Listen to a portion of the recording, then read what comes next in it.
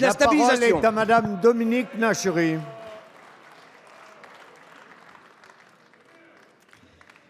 Monsieur le Président, chers collègues, ma question s'adresse à Madame la ministre de l'Éducation nationale.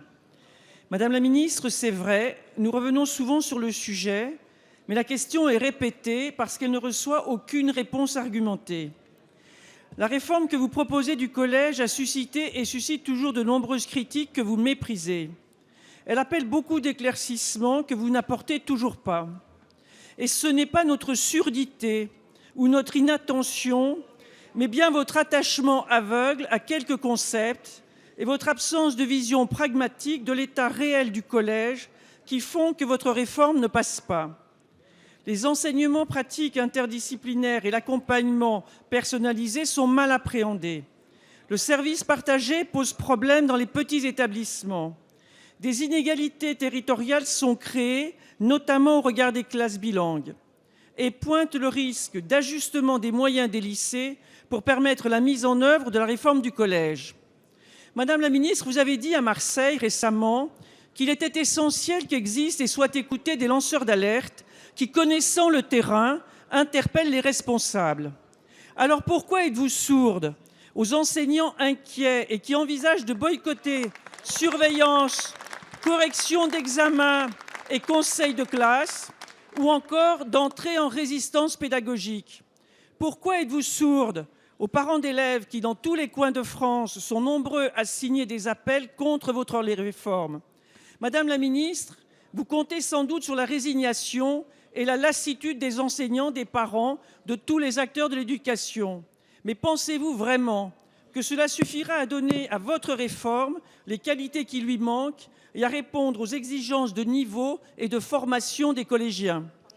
Merci. La parole est à Madame Najat Vallaud-Belkacem, ministre de l'Éducation nationale, de l'enseignement supérieur et de la recherche. Merci Monsieur le Président, Mesdames et Messieurs les députés, Madame la députée Nachery, merci d'avoir évoqué Marseille, car c'est en effet une très belle illustration de ce que nous sommes capables de faire lorsque nous prenons les sujets au sérieux pour changer, et notamment le sujet de l'école. Car oui, il n'était pas acceptable que dans une ville de cette taille, autant d'enfants aillent dans des écoles délabrées. Alors oui, nous avons décidé d'intervenir avec fermeté et en même temps dans le dialogue avec la ville de Marseille.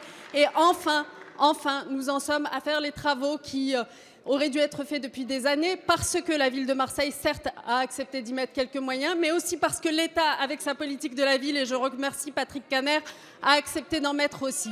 C'est au fond l'illustration de tout ce que nous faisons en matière d'éducation. Je pourrais prendre les 2 minutes qui me sont accordées pour vous répondre à nouveau en quoi va consister la réforme du collège, mais honnêtement, cette question, vous me l'avez posée souvent, je crois vous avoir apporté toutes les réponses. Donc, vous verrez à la rentrée prochaine, lorsque cette réforme du collège entrera en vigueur, comme tous les établissements s'y préparent, qu'elle est faite dans l'intérêt des enfants. Mais je vais vous répondre plus généralement, Madame la députée, puisque la réussite scolaire de nos élèves partout sur le territoire semble vous intéresser.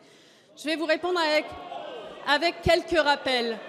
Qu'avons-nous trouvé lorsque nous sommes arrivés en 2012 en matière éducative et où en sommes-nous aujourd'hui? En 2012, nous avons trouvé 140 000 décrocheurs par an. Nous en sommes à 110 000 aujourd'hui. En 2012, nous avons trouvé des professeurs qui n'étaient plus formés. Nous en sommes aujourd'hui à des professeurs qui sont enfin formés en formation initiale et en formation continue. En 2012, nous avons trouvé une éducation prioritaire qui n'avait pas été réformée depuis 30 ans, avec des injustices flagrantes et du saupoudrage inefficace. Nous l'avons réformée, les établissements sont enfin accompagnés. En 2012, vous supprimiez un prof à chaque fois qu'on avait 8 élèves de plus. Aujourd'hui, nous en créons un pour 5 élèves de plus. Cochet, Madame la députée, vous n'avez pas de leçons à nous donner. Merci. Merci, Madame la ministre.